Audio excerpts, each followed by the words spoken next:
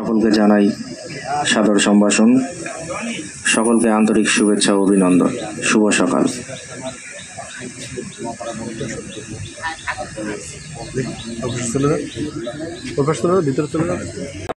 আজকের এই মতবিনিময় সভায় আগত সকলকে জানাই অভয়নগর থানা পুলিশের পক্ষ থেকে আন্তরিক শুভেচ্ছা ও অভিনন্দন। শুভ সকাল। আজকের এই মতবিনিময় সভায় উপস্থিত আছেন বাংলাদেশ সেনাবাহিনী অভয়নগর থানা এলাকার দায়িত্বপ্রাপ্ত অফিসার জনাব মেজর মাসুদ রায়হান। উপস্থিত আছেন অতিরিক্ত পুলিশ সুপার খ সার্কেল জনাব জাহিদুল ইসলাম সোহাগ। উপস্থিত আছেন অভয়নগর উপজেলা নির্বাহী অফিসার জনাব কে এম আবু নৌশাদ।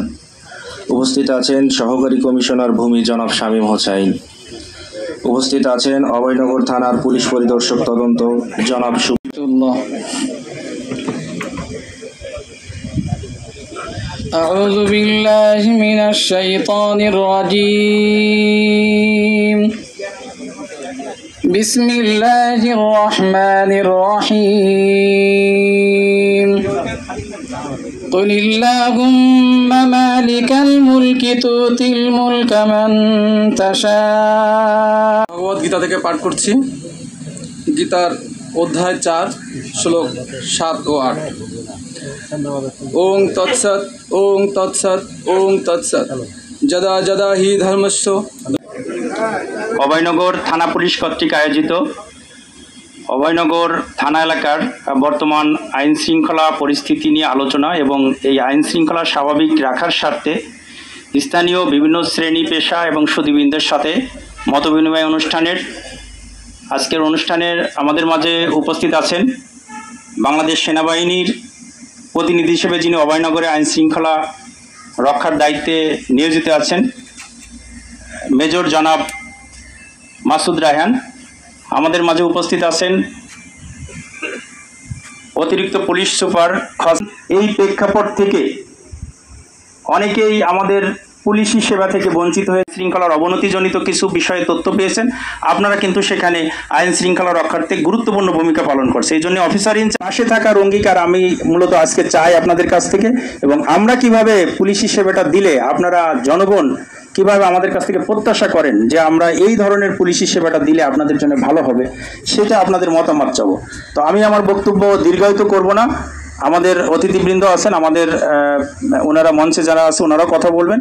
তার আগে আমি বিনীতভাবে আহ্বান করব যারা আমাদের বিভিন্ন শ্রেণী পেশার আছেন এখানে, আমার মনে আসার থেকে আমরা সাধারণ জনগণ হয়ে আজকে এই চত্বরে আসতে পেরেছি বলে মহান রাব্বুল আলামিনের দরবারে আমি হাজার শুকরিয়া আদায় করি যে মহান রাব্বুল আলামিন একটি রক্তক্ষয়ী সংগ্রামের মাধ্যমে হাজারো শহীদের রক্তের বিনিময়ে সবাই উপস্থিত আজকের সবার সমাপতি, আজকের সবার সম্মানিত প্রধান অতিথি জনাব মেজর মাসুদ রায়হান মহোদয় সহ সকল স্তরের সম্মানিত ব্যক্তিবর্গ, আরো অন্যান্য গুরুত্বপূর্ণ ব্যক্তি যারা আছেন তারা বক্তব্য রাখবেন।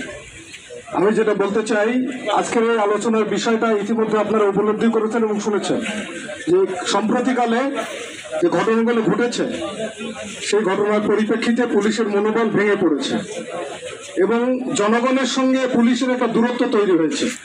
এই দূরত্বটা কমিয়ে নিয়ে আসা এবং মনোবলকে চাঙ্গা করা এর মূল উদ্দেশ্য কিন্তু আজকে তাই। আপনারা জানেন যে পুলিশ যারা আছে সবাই কিন্তু খারাপ না, এর মধ্যে ভালো মানুষও আছে। আর পুলিশ এতদিন ব্যবহৃত হয়েছে উপরের নির্দেশে, সরকারিভাবে তাদেরকে নির্দেশ দিয়ে এই সন্ত্রাসগুলো করানো হয়েছে। পুলিশকে পেটুয়া বাহিনীতে পরিণত করা হয়েছিল, তারা ব্যবহৃত হয়েছে।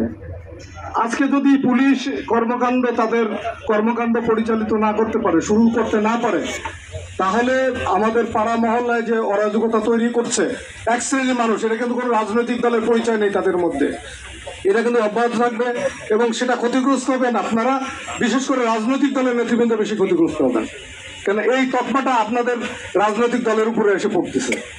সেই কারণে ঘুম পড়ানোর সময় ছেলেদেরকে বাচ্চাদেরকে এই পুলিশ আসছে এই কথা বলে ঘুম না পড়াতে হয়। কথা স্পষ্ট। আমরা আমাদের যাদের পরিচয় আছে সমাজে, প্রশাসন এবং পুলিশ তাদেরকে শুধু খাতের দিয়ে ব্যবহার করে। জনগণ অফিসারের রুমে রুমে ঢুকতে ভয় পায়, এই পথটা খুলে ফেলি। জনবান্ধব হয়ে যান। আমরা ইতিপূর্বে লক্ষ্য করেছি ফ্যাসিস্ট কাঠামোর মূলত ছাত্র জনতা যে বিপ্লব করেছে তার মূল লক্ষ্য হচ্ছে ফ্যাসিস্ট কাঠামোটা। মহোদয় যারা ছিল তো সবসময় মনে করেন করা হতো, তো কেউ এখন আমলিগ সরকারের ক্ষমতা থেকে চলে গেছে, তো কেউ যারা আমলিগ সরকার ছিল তাদের পরিবারের পরে যেন এই জিনিসটা না হয়, এই জিনিসটা আপনারা দেখবেন। আমি এটা করতে বলতেছি কারণ আমাদের সাথে অনেক কিছু হয়েছে। জি